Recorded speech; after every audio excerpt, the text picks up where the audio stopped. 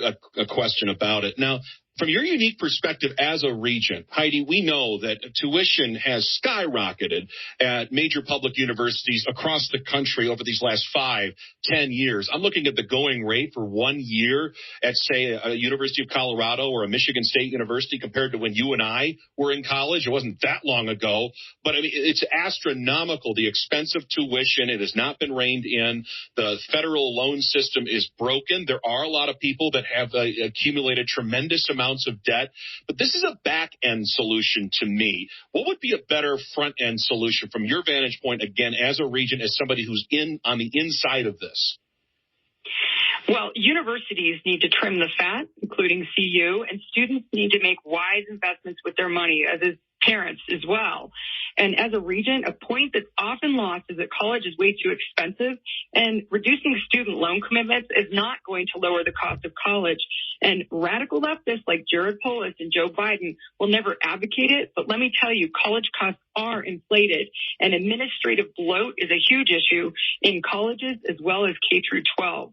The largest point is that Biden's doing nothing about inflation, but just spent millions of dollars for giving debt, which will further inflate costs at the grocery and gas pumps. And that means the hardworking Coloradans will get twice hit by this poor decision. Inflation will not go down, and they will be paying more for someone else's debt.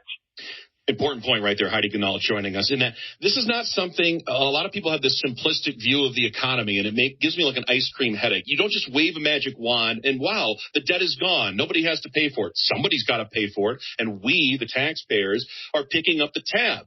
And other people are like, well, wouldn't it have been nice if somebody paid your student loans off? And shouldn't we make the next generation it better for them?